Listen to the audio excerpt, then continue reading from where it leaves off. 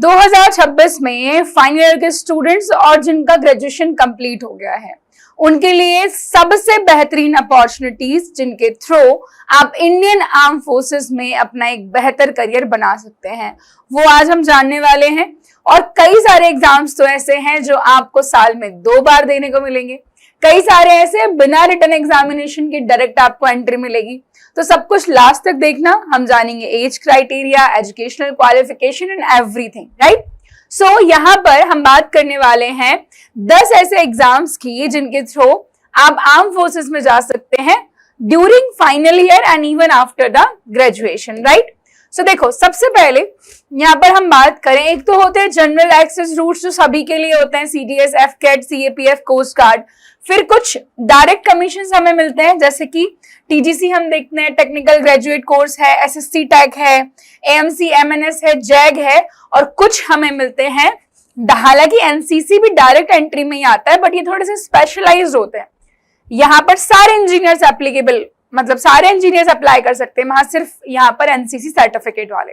तो ये 3 तरीके की हमारा कह सकते हैं एग्जाम्स का क्लासिफिकेशन हो गया। फिर रिटन एग्जाम में क्या होता है, आपका एग्जाम होगा, एसएसबी होगा, और फिर फाइनल आपका मेडिकल एंड देन मेरिट होता है, राइट।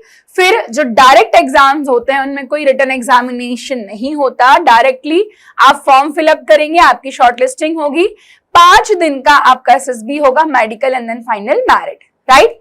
तो सबसे पहले, सबसे अच्छा, सबसे प्यारा सीडीएस का examination, combined defence services entry.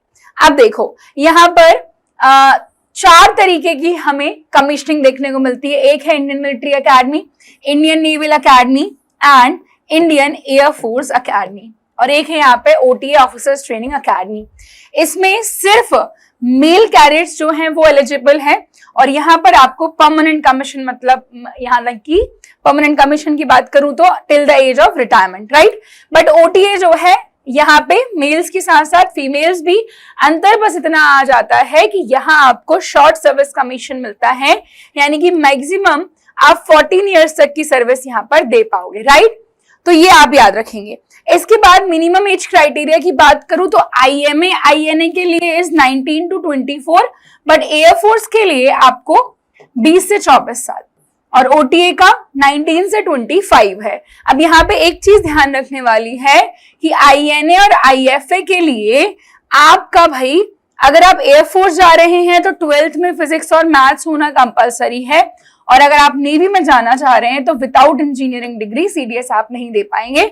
IMA और ओटीए दोनों आर्मी की अकेडमीज हैं, आप आसानी से किसी भी सब्जेक्ट की ग्रेजुएशन 12th में किसी भी सब्जेक्ट के साथ अपना एग्जामिनेशन दे सकते हैं, और ये एग्जाम साल में 2 बारी, अप्रैल एंड सितंबर में यूपीएससी कंडक्ट कराता है, रिटन प्लस एसएसबी। फिर हमारे पास आता है सिर्फ एक एग्जाम जो आपका एयरफोर्स के लिए है, सोनली एयरफोर्स के लिए है, जिसका नाम है एफकेट, एयरफोर्स कॉमन एडमिशन टेस्ट। और इन माय ओपिनियन, मेरा जो मानना है वो यही है कि अगर फीमेल्स जो हैं वो एयरफोर्स ज्वाइन करना चाहती हैं तो एफकेट इज द बेस्ट रूट, क्योंकि देखो सीडीएस के थ्रू तो आप जा ही नहीं सकते, है ना, वहां एंट्री ओपन ही नहीं है। एनडी के थ्रू आपके पास एक कह सकते हैं एक वे है, पर फिर थोड़ा सा टफ पड़ जाता है एनडीए। ये मुझे कंपैरेटिवली अच्छा तरीका लगता है एयरफोर्स के लिए, बड़ा सिंपल एग्जाम होता है, साल में 2 बार हो रहा है। यहाँ पर रिटन एसएसबी दोनों होंगे। ब्रांचेस की अगर मैं बात करूं तो देखो, flying branch male female both are eligible, 20 से 24 साल की age. Ground duty tech non tech दोनों 20 से 26 साल की एज, मेल फीमेल। अब देखो, टेक के लिए इंजीनियरिंग चाहिए और नॉन टेक के लिए कोई भी सब्जेक्ट हो चलेगा, ग्रेजुएशन में कुछ भी हो या 12th में कुछ भी हो चलेगा, बट फ्लाइंग के लिए या तो इंजीनियर हो या फिर कोई भी ग्रेजुएशन हो बट 12th में आपके फिजिक्स और मैथ्स हो, उसमें भी आपके 50% मार्क्स हो, ग्रेजुएशन में 60%, राइट। फिर हमारे पास आ जाता है कोस्ट गार्ड का। अच्छा, एयरफोर्स का अपना खुद का एक डायरेक्ट एनसीसी एंट्री होती है, अभी आगे बता रही हूं आपको। CAPF is central arm police forces and Indian coast guard. यहाँ पे बीएसएफ, सीआरपीएफ, सीआईएसएफ, आईटीबीपी और एसएसबी के लिए आप जा सकते हैं। सिर्फ एक एग्जाम देना होता है, साल में 1 बार ही होता है, अभी आने वाला है जुलाई में, मई में उसके फॉर्म भी आ जाएंगे। एक सेकेंड, फॉर्म आ चुके हैं, सॉरी, मई में आपके फॉर्म आएंगे, अगले सीडीएस और एनडीए के फॉर्म आ चुके हैं, सीएपीएफ के फॉर्म फिल हो चुके हैं। 20 से 25 साल की एज है सीएपीएफ के लिए, एक ही बार होता है ये, एक ही पेपर देना है, एक इंटरव्यू देना है, दैट्स इट, सिंपल प्रोसीजर है as compare to other defence examination. Indian coast guard assistant commandant की पोस्ट हमें मिलती है, नाविक की पोस्ट यानी कि सेलर की पोस्ट भी है। अलग अलग ब्रांचेस हैं, जीडी है, टेक्निकल है, लॉ है, तो यहाँ पर कुछ स्पेसिफिकेशन, जिस पोस्ट के लिए आप जा रहे हैं वहां स्पेसिफिकेशंस रिक्वायर्ड होते हैं। अब डायरेक्ट एसएसबी की अगर मैं बात करूं तो देखो, इंजीनियरिंग रूट्स हमारे पास दो हो जाते हैं, कौन कौन से, टीजीसी और एसएससी टेक। पर भैया एक बड़ा अपडेट है, क्या अपडेट है, इंडियन आर्मी ने एक नोटिफिकेशन निकाला था और उसमें लिखा था कि टीजीसी और एसएससी टेक के भी रिटर्न एग्जामिनेशन लिए जाएंगे। कब से लिए जाएंगे, कब होगा, अभी तक नोटिफिकेशन नहीं आया है। अभी फर्दर जो चलता हुआ आया है वो ये है, टीजीसी सिर्फ मेल्स के लिए है, परमानेंट कमीशन 20 से 27, बी बीटेक विद 50% और आईएमए देहरादून में आपको डायरेक्ट जाने का मौका।